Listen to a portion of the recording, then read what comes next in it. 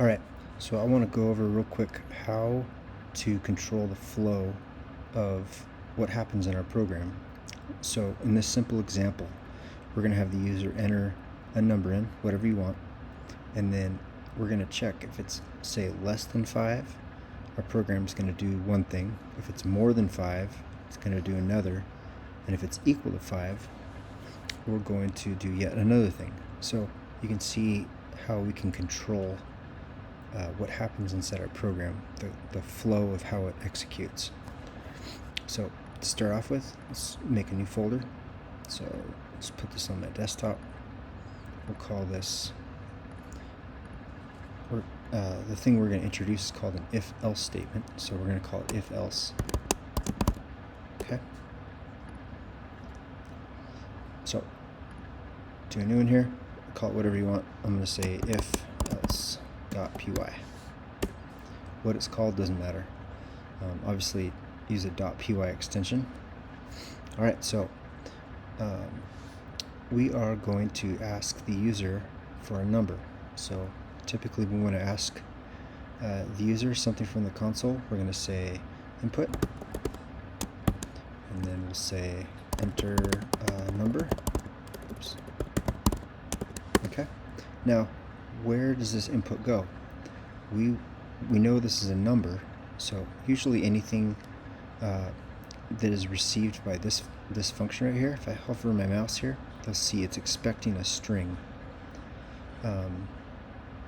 It's gonna, how do you say this? It's going to return a string, okay, or text. So we want to actually return a number. So what we're going to do here is we know it's going to be an integer, so we're going to say int. And we'll put this in our parentheses. And then where is this going to go?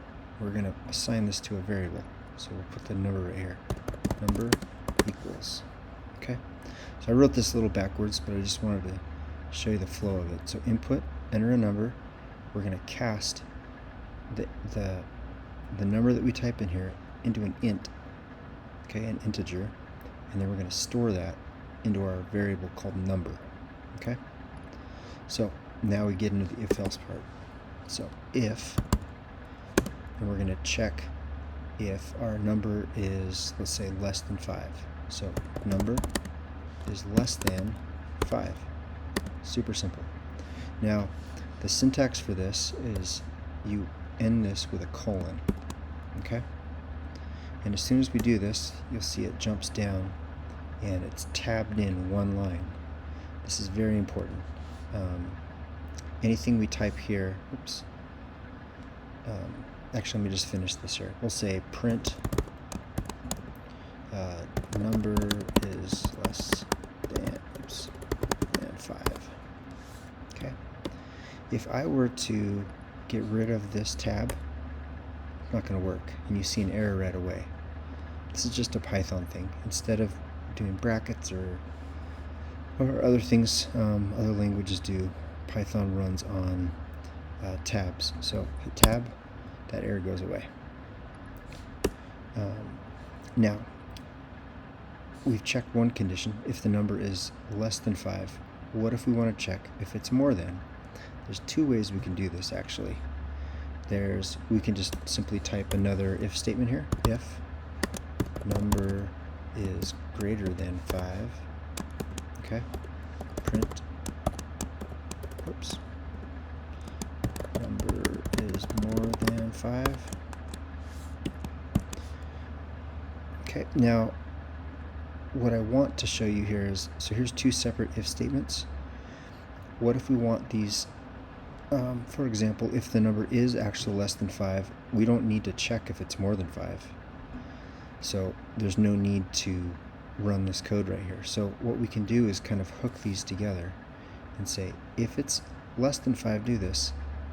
Otherwise, or else, and then do the next thing. If the number is more than 5, do this. So in Python, they combine two words, basically, an else and an if together, and they shorten it for some reason. They call it an elif. Elif stands for else, and then if together. Okay, so you can keep stringing these together as long as you want. We're going to go over something else that's a little better way to do that later, called a switch statement. But for now, if the number is less than 5, print this. Else, if the number is more than 5, do this. And then of course, what do we do if the number is 5? Okay, well, that would be basically the only option left if we get to this point. So simply type in else, colon, and then print the number is 5. Okay, makes sense. So that's our program. Let's hit save, and let's test it out. So hit play, enter a number. How about 3? So we should get less than 5. Sure enough, there it is. Let's do it again. Let's try something more than 5. How about 6? Yep, number is more than 5. Let me clear the screen here. And let's play it again. Let's try 5. Sure enough, number is 5. Awesome. If you got this far, congrats.